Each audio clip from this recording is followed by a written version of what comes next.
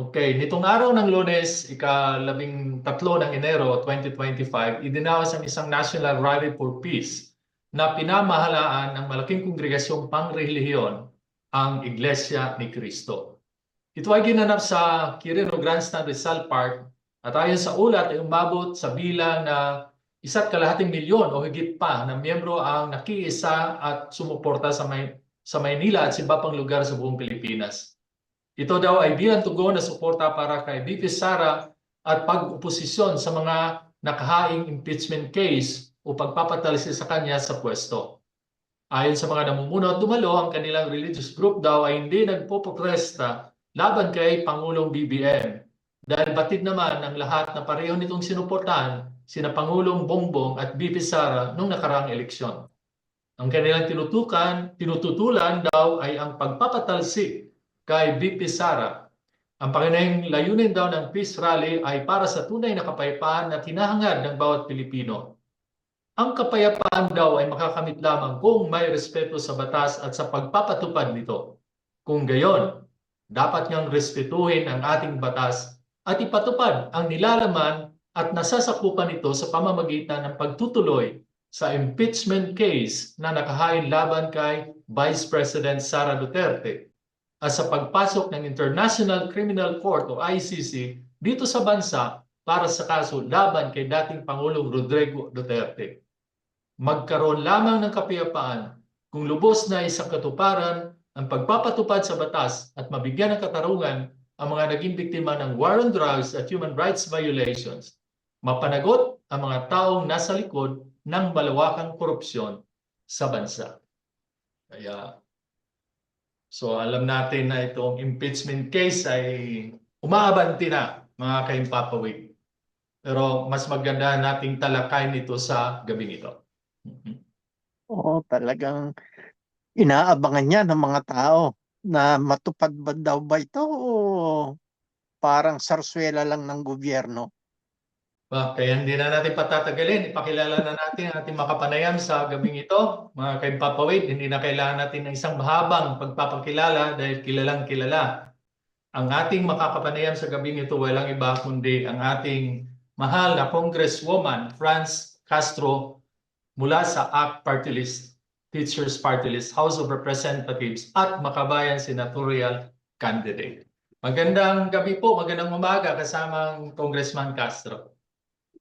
Magandang gabi dyan, Father Aris and Teddy. At syempre dito sa ating, may mga nakasubaybay no, dito sa ating, sa Pilipinas. Magandang umaga po sa inyong lahat. Yon, so simula na tayo kasi medyo talagang ako'y nanggigigil na dito sa usaping ito. Noong Agosto 2023, nagplano na ang Makabayan Black na maghain ng impeachment case laban kay Sara Duterte. 2023 pa pala. Dahil sa maanumalyang paggamit ng confidential fund ng OBP. Ngunit di natuloy. Nitong December 4, nung nakaraang taon, naihain na ito sa isang kadahilanan, betrayal of public trust over the illegal use and mishandling of confidential funds. Ano na po ang update nito, Kong Franz? At bakit isang article of complaint lamang ang naipahag mula sa Makabayan Black? Well, Father Aris, ito ay sinabit sa atin ng more or less 70 na mga complainants mula sa iba't ibang mga organisasyon, no? Multisectoral na mga organisasyon.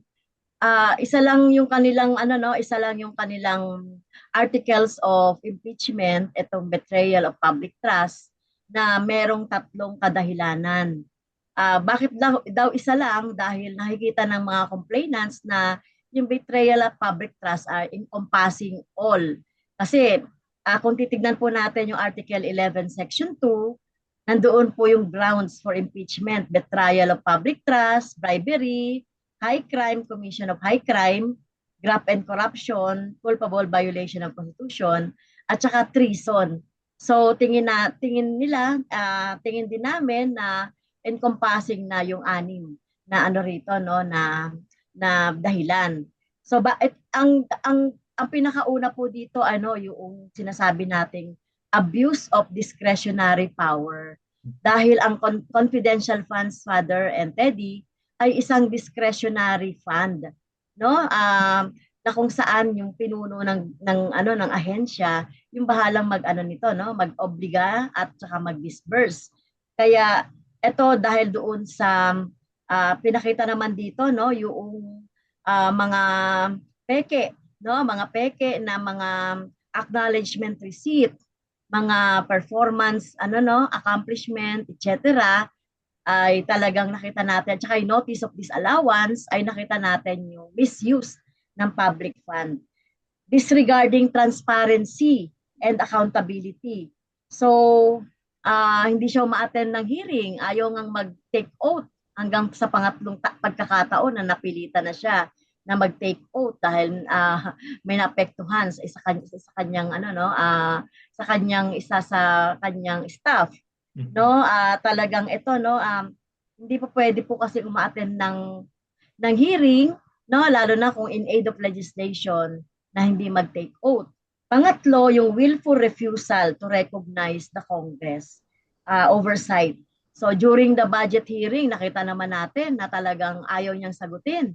Nasabihan ko pa ngang na ihalin tulad ko na lang tuloy sa pusit dahil hindi talaga siya sumasagot. Talagang iniiwasan niya yung mga tanong kaugnay sa confidential funds, yung kung paano niya ginamit yung mga nakaraang budget, no, hindi lang yung 2024 or 2023, pati yung 2022. Kaya talagang willful refusal to recognize po yung yung trabaho ng Congress. So yan yung yung second impeachment. Yan po yung mga dahilan, no. Sinasabi natin na isa lang dahil nga gusto nga natin matuloy yung impeachment at itong isa lang na ito ay maaari na siya ditong ma-impeach. Yun. So at least malinaw at simple lang ang paliwanag ko. Ang dapat sigurong din sa ating mga kimpapawid, no, na meron talagang pagtataksil, no, malinaw na malinaw, no, at kakulangan sa paggalang at respeto sa taong bayan na kung saan ito yung mga nagpapagod at nagpapakahirap para sa pera na yan at nilustay lamang kung saan at hindi pa na-liquidate ng maayos at gumagawa-gawa pa ng iba't ibang mga liquidations na nakakatawa, lalo na yung mga pangalang piatos at iba pa na talagang ni-research pa ng sa commission kung talagang nag-i-exist ba yung mga pangalan na hindi nga naman talaga nag-i-exist. No? Pero kung Franz, Enero na tayo ngayon at ilang buwan na lang di ba magsisimula na ang halalan. Okay? So magtatapos na rin yung panunungkulan ng ilang mga mambabata. So ano bang prospect nito? May isusulong pa kaya ito? Well, katulad po ng alam natin, no, 3 na po yung pinail ng impeachment complaint mula December 2 hanggang December 19, no, yung pangatlong impeachment. Umasa tayo na bago matapos ang taon ay maisasubmit o yung first week ng 2025 January ay maisasubmit yung pang-apat na complaint kasi ito naman ang sinabi ni Secretary General Velasco na meron daw nakipag-usap sa kanya na majority na may 10 to 12 na katao na pipirma daw or mag-endorse ng fourth impeachment. Pero lilipas na yata yung 2 linggo na ang lumipas ay hindi pa natin nakita yung impeachment na yan. Kaya ang latest sinasabi na verify na yung first to third complaint at pwede na itong ma-endorse kay speaker. So sinasabi natin na mukhang wala na yung pang-apat. So umaasa pa rin tayo na magkakaroon yung pang-apat. So yan po yung status Father Aris and Teddy. Naantay pa rin po natin yung pang-apat na complaint para makumpleto na yan. Kung yan na hanggang 4 na lang. At ito ay mai-endorse na sa speaker. At si speaker meron siyang 10 days within which na ma-refer yan doon sa Committee on Justice. Pero nangangamba tayo, Father Aris and Teddy, na ilang session days na lang, no, hanggang February 7, yung yung session at mag-aano na, no, magka-campaign period na at babalik kami sa June na. So syempre we are pressed out of time, no, ang ating mga mambabatas ay yung mga re-election, lalong-lalo na yung mga senador ay talagang busy na doon sa kanilang pangangampanya. So yan ang status, Father Aris and Teddy. Well, harinawat na at magtuloy-tuloy na at ma-endorso na yan ng speaker at masimula na rin ng Senado ang paglilitis. Kasamang Ted. Okay. Bago pa man naihain ang mga complaints noong Nobyembre 29, kinumpirma ni Pangulong Bongbong Marcos na nagbigay siya ng direktiba sa mga mambabatas na huwag patulan ng impeachment kay VP Sara Duterte dahil pagsasayang lang daw ito ng panahon at hindi makinabang ang taong bayan. Kahit nagbanta na si Sara Duterte sa buhay niya, ito rin ang naging posisyon ng Iglesia ni Cristo nitong Enero 13. Congresswoman, ano po ang masasabi ninyo dito?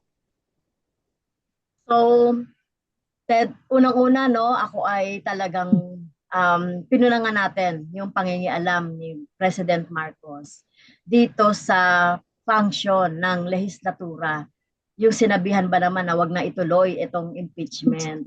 Well, kung opinion niya yan ay mukhang naging masamang naging epekto niya doon sa mga kakampi ni Marcos dito sa Kongreso.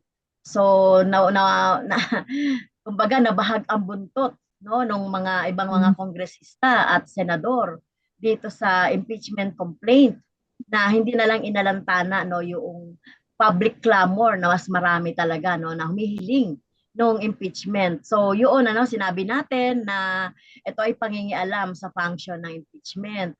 Pangalawa, itong naging rally ng Iglesia ni Cristo Kuno na 2 million na sinasabi na pagsuporta daw doon sa posisyon ni Marcos ay yan na nga, no, sinakyan na ng Iglesia ni Cristo, nakakampi ni Sara Duterte na siyang tingin natin pagtatakip lang ito doon sa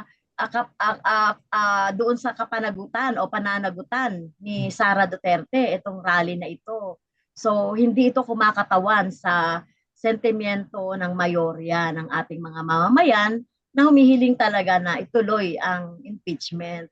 So nakaapekto ito, no, Father Aris and Ted, sa naging desisyon ng ng mga kongresista dito na urong-sulong ang kanilang mga pananaw, kaya talagang talagang mahirap. At meron pang mga at siguro tinitignan din ng speaker din na binabalanse niya rin sa bilang ng mga senador na papabor sa impeachment, baka tingin nila ay hindi talaga, no, aabot doon sa 2/3 kasi mabigat ang number. Makakuha lang ng 16, 2/3 ng 24, so 16, no? Kung papabor sa impeachment ay makakonvict na. Pero makakuha lang ng 9 na hindi papabor sa impeachment ay mababaliwala yung impeachment. Kaya siguro yan yung pinag-aaralan ng leadership ng House of Representatives kung bakit parang nagiging bantulot or hindi inaaksyonan agad itong mga nakahaing impeachment. Nakakalungkot, Father Aris and Teddy, pero sana man lang, no, halimbawa we come to the worst situation na hindi na talaga at matatapos na ang 19th Congress, sana man lang ay panagutin si Sara Duterte doon sa kanyang paglulustay ng kabangyaman ng bansa sa existing na mga batas sa atin, no? Yung mga batas natin on graft and corruption, batas on bribery, no? Yung yung iba pang mga high crimes. Na alam naman natin yung ginawa niya, no? Yung death threat kay Marcos at saka sa kanyang first lady kay kay Lisa Araneta at syempre kay speaker. So kung hindi man matuloy itong impeachment na ito within the 19th Congress, sana panagutin at mademanda man lang. Mademanda si VP doon sa mga high crimes na kinumit niya. Yun nga medyo nakakalungkot, ano? Kasi biglang bawi naman. Pero alam naman natin na si Pangulong Bongbong Marcos wala talagang matatag na panindigan eh. Pabago-bago, no? Yung reaction niya doon sa death threats ni Sara, matindi yung sinabi niya. Pero after that, nawala na uli yung ano. So, yun ang nakikita natin at nagre-reflect actually yan, di ba? So sa survey ng Social Weather Station nitong December 12 to 18, lumabas na 41% no, ang pabor sa impeachment. So hindi po ba yan napakinggan ni Pangulong Bongbong Marcos at mga nasa Kongreso at Senado? 35% ang hindi at 5% ang undecided. Sa kaparehong peryodo, ang survey sa net satisfaction rating ni Presidente at ni Vice Presidente, ito ang lumabas. 51% kay BBM, at tumaas si Sara ng 1% 52% unsatisfied. At 32% naman kay Bongbong Marcos ang dissatisfied, samantalang 31% ang kay Sara. Mukhang pumapabor kay Sara itong survey na to. So maaari mo bang tulungan ng ating mga kaimpakoid na maunawaan ng gusto ang tunay na pulso ng taong bayan?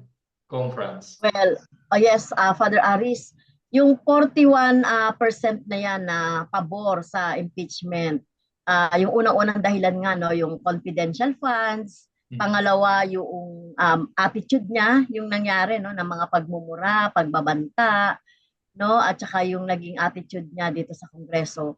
So parang parang consistent 'yan doon sa betrayal of public trust na sinubmit ng second complainants.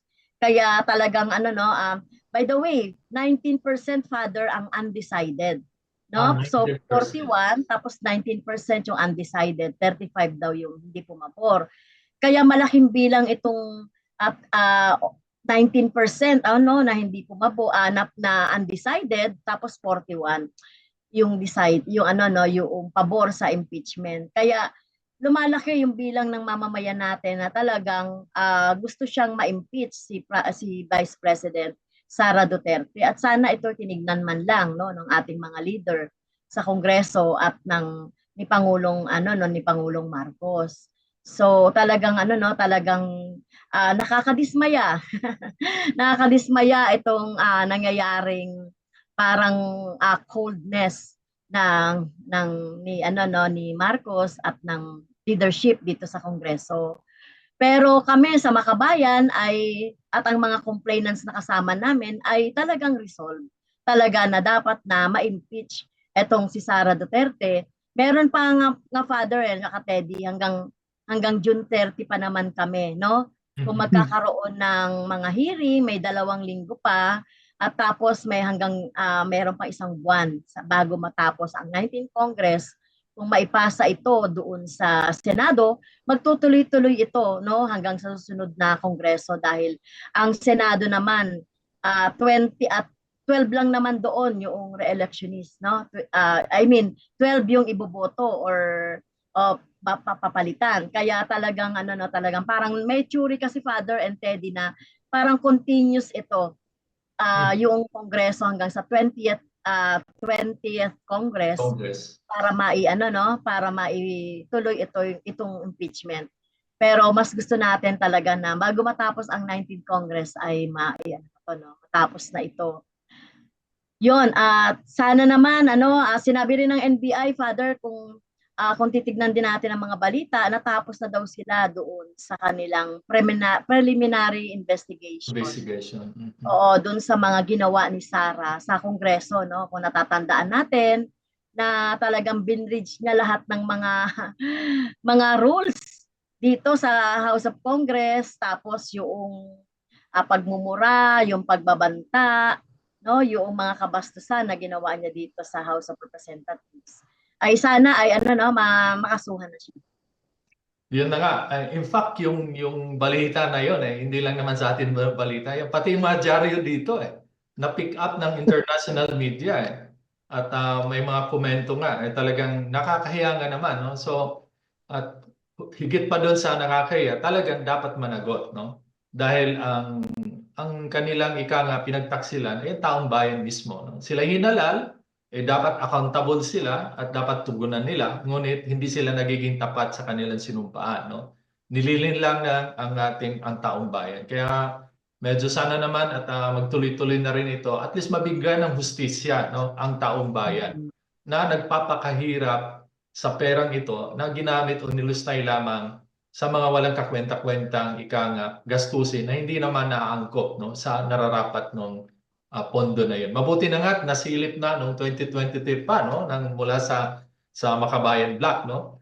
So itong confidential fund ito na hindi nga rin mabuti na rin ngayon na mapapanood mo na rin sa YouTube actually yung mga hearing. So medyo malaking bagay ito na mas medyo napapaangat yung ating kamalayan kasi medyo nabusisi na natin ang gusto at nakikita natin.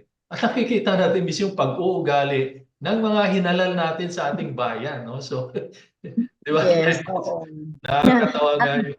siguro dagdag ko pa, Father, no, isa po sa nararanasan ng ating mga kababayan na kahirapan dito sa Pilipinas ay ito syempre yung mga paglulustay ng pondo ng mamamayan na napunta sana yan doon sa mga social services, no.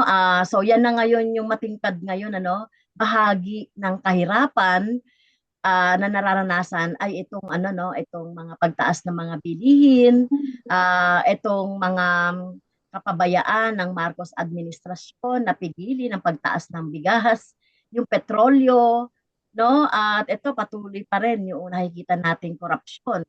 Kaya talagang ang ating focus na ngayon ay talagang bukod sa impeachment ay itong kahirapan ng ating mga mamamayan. At syempre sabi ko nga kanina, meron tayong 3K na dapat na sagutin at dapat na tingnan or dapat na i-address at hamon natin kay Pangulong Marcos. Ito yung kahirapan na nararanasan ng ating mga mamamayan, yung patuloy na korupsyon, di ba? Yun, at saka yung, syempre, yung kapananagutan. At syempre, yung kakulangan ng mga serbisyo dito sa ating bansa. Kaya yan na yung ating mga tututukan din sa mga susunod na mga panahon. Kasi sinasabing gano'n na, sinasabi niya na hindi daw mahalaga yung impeachment. Bakit hindi niya rin tinutugunan yung kahirapan ng ating mga mamamayan, no? Pati nga yung pagtaas ng SSS premium sa mga manggagawa ay pinapanood niya lang, pabayaan na lang daw. Kaya talagang ano, no, to say the worst, Father and Teddy, inutil talaga itong gobyerno na ito. Dahil una-una, no, yung pondo ng mamamayan ay hindi niya pinahalagahan at hindi niya sinafety through dun sa pagpapanagot dito sa kay Sara through the impeachment. Siyempre, makikita din yan, nagre-reflect din sa bagong budget, di ba? Yung GEA, yung talagang yung mga public services ay mas binawasan pa, no? Na mas higit kailangan yon. Lalo na rin yung mga ayuda, binawasan din yon. At ito yung nakakabahala, no, sa kalagayan natin ngayon. At siyempre yung napabalita, di ba, yung food crisis, no? So medyo nagugulat kami ito. Kasi di ba yung pangako niya yan, no, na maging 28 ba yun, yung kilo ng bigas? 20 per kilo. 20 pesos. O, 20 sinabi pesos. 29. Ngayon, Hanggang 28. Ano nga ba talagang nangyari dyan? Bakit mayroon tayong crisis sa pagkain at yung bigas natin ay talagang ganun? Well, nagre-reflect talaga, no, yung competence. Sorry, to tell the truth. Nagre-reflect talaga yung competence ng incompetent ng kasalukuyang administrasyon na hindi talaga masagot-sagot. At yung mga sinasuggest nila na mga pamamaraan, Father and Teddy, no, yung pamamaraan na biro mo, merong silang maximum suggested retail price na 60 pesos daw.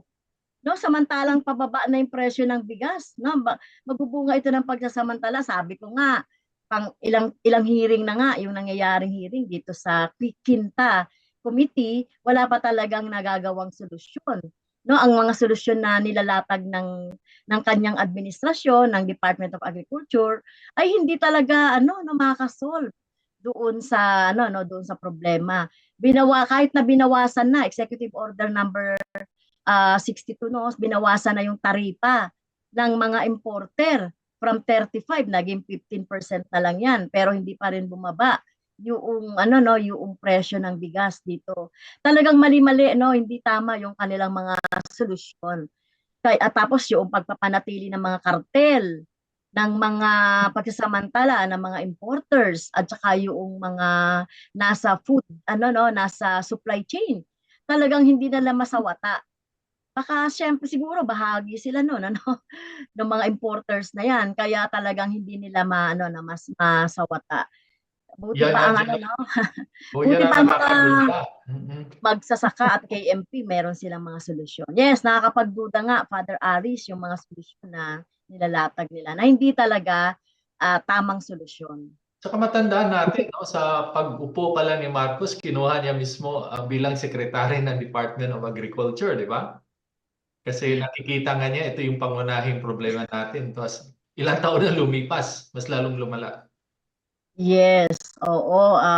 Tignan mo naman yung kanyang secretary ng agriculture ay isa ring ano no, icon doon. Isang negosyante rin na may Naku, kinalaman sa pag ano no, pag sa pag-iisda or sa isdaan no, talagang ano no, talagang walang mailalatag yan na talagang solusyon sa ating mga naghihirap na mga mamamayan. uy, ito na nga yung aking pinag-aalala dahil ngayong Pasko madami nagutom. Ngayon pa kayang dadating yung tag-araw. Ano na Yes, mangyayari sa ating mga oo. kababayan? Ito ba'y pinaghahandaan nila o ano? Kaya nga talagang yung sinasabi nga ni Father Aris kanina, no, na unprecedented itong 61% ang nagsabi sa survey na nakaranas sila ng involuntary o nakagutuman. Kaya talagang ano no, talagang dapat itong i-address, no? Ayaw na nga niya yung impeachment na nagdahilan sa korupsyon or bunga ng korupsyon ay na pwedeng gamitin para sa corruption case ay para sa impeachment case ay ito naman wala naman silang ginagawang solusyon sa kahirapan ng ating mga mamamayan. Yung sahod, 'di ba? Magtatatlong taon na itong gobyerno na ito. Tignan niyo naman ang sahod, no? Talagang ano barya-barya yung ibinigay na dagdag na aumento. Samantalang yung inflation ay halos umaabot na siya no ng 2 digit sa ano no sa mga pagkain. Kaya talagang ano no talagang tayo dito Father Aris and Teddy no talagang tayo ngayon ay sisingilin na natin no doon sa kay yung Marcos administration sa kanyang ano no sa kanyang pananagutan dito sa kahirapan at korupsyon dito na nangyayari sa ating bayan. Eh, dapat lang talaga singilin dahil meron tayong karapatan na maningil, no? Dahil sila yung mga halal ng bayan. So, kasama tayo. Yes. Okay po, ma'am. May pag-uusap po ba ang 3 o 4 na complainants na pag-isahin na lang ito para sa mas malakas na posisyon ng mga complainants laban kay BP Sara? Nagkaroon po ano no Ate nagkaroon tayo ng nag-initiative tayo, nag-effort tayo na pagsamasamahin yung mga complainants para sa isang effort. So nagkaroon kami ng sana magkakaroon ng ano no ng press conference no sa susunod na mga araw. Hindi nga sana nga January 15 hindi natuloy kasi kami umattend ang 10 plus na mga senatorial candidate na Makabayan ay sinampahan ng kaso na BP 880 dahil nga daw nung November 30 na mga pagkilos namin dito sa ano no sa Menjola.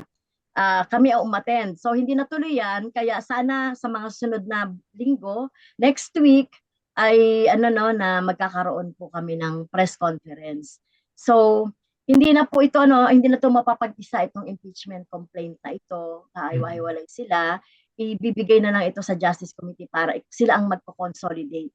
At kung may pang-apat na complaint at kinonsolidate itong 3, welcome naman 'yon ano sa amin.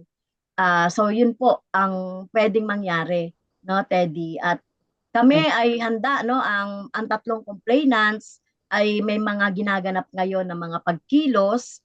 Kahapon nga nagkaroon ng misa yung first complaint, may sinamahan din ng second and third.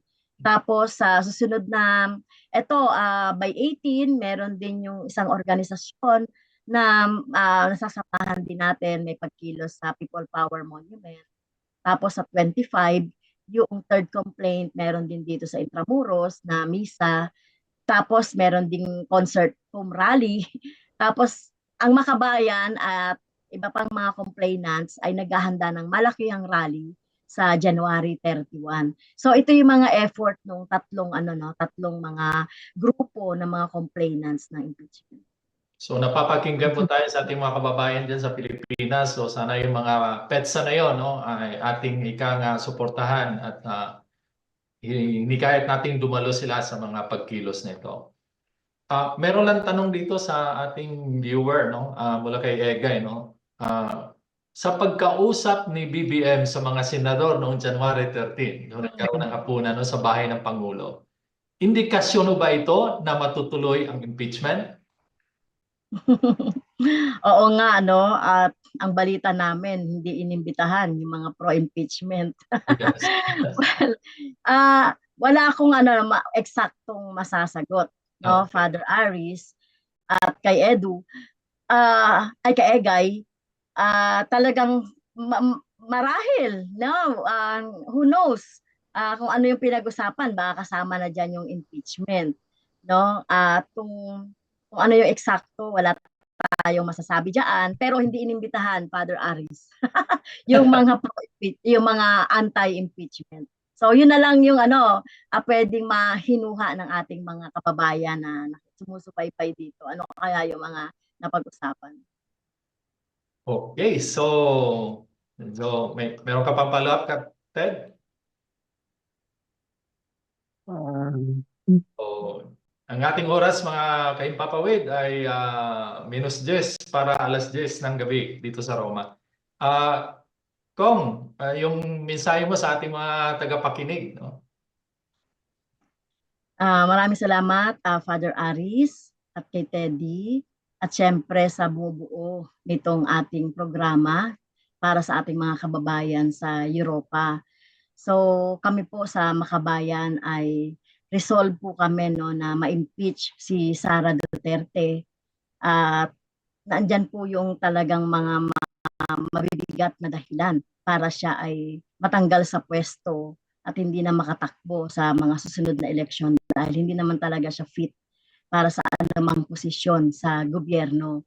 At hinihikayat natin ang mga mamayan na suportahan. Alam ko, mayorya ng ating mga mamayan ay sumusuporta dito sa panawagan ng panawagan po ng Makabayan at iba pang mga complainants. So sana po ay i-push natin itong impeachment.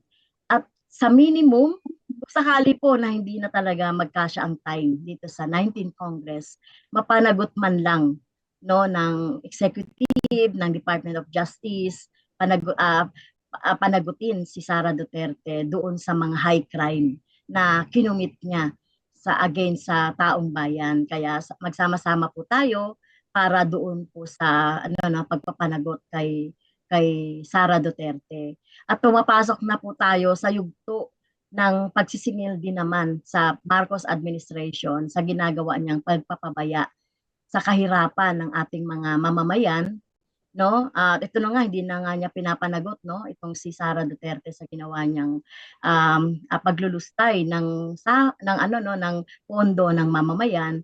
Wala pa siyang ginagawa doon sa nangyayaring kahirapan, kagutuman ng ating mga mamamayan. Kaya talagang sisingilin din natin siya, no? 3 taon na siya, magta-3 taon na siya.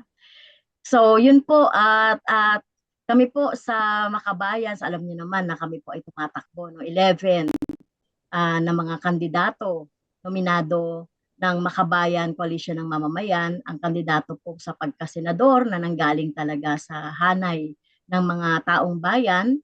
Hindi po ito galing sa political dynasty. Walang mga record ng graft and corruption at kasalanan sa bayan. Kaya po meron po kayong alternatibo, no, sa sunod na halalan, no, maihalal po natin yung tunay na nanggaling sa taong bayan at tunay na naglilingkod para sa bayan. Ang 11 candidate ng Makabayan Coalition ng Mamamayan, kabilang po si Teacher Franz Castro na isa po sa inyong iboboto, pwedeng iboto. Maraming salamat, Father, kay Teddy, at sa lahat po na bumubuo nitong inyong programa. Maraming salamat sa ating mga kababayan. Yan po si Congresswoman Franz Castro. Siyempre, tunay na naglilingkod sa ating bayan. At rinawat sa mga susunod pa na broadcast ay makapanayam namin kayo, lalo na sa nalapit nating halalan sa Mayo. Okay? Maraming salamat po, Congresswoman Franz Castro. Okay, maraming salamat po. Yan po yung ang kandidato ng tao para sa Senado.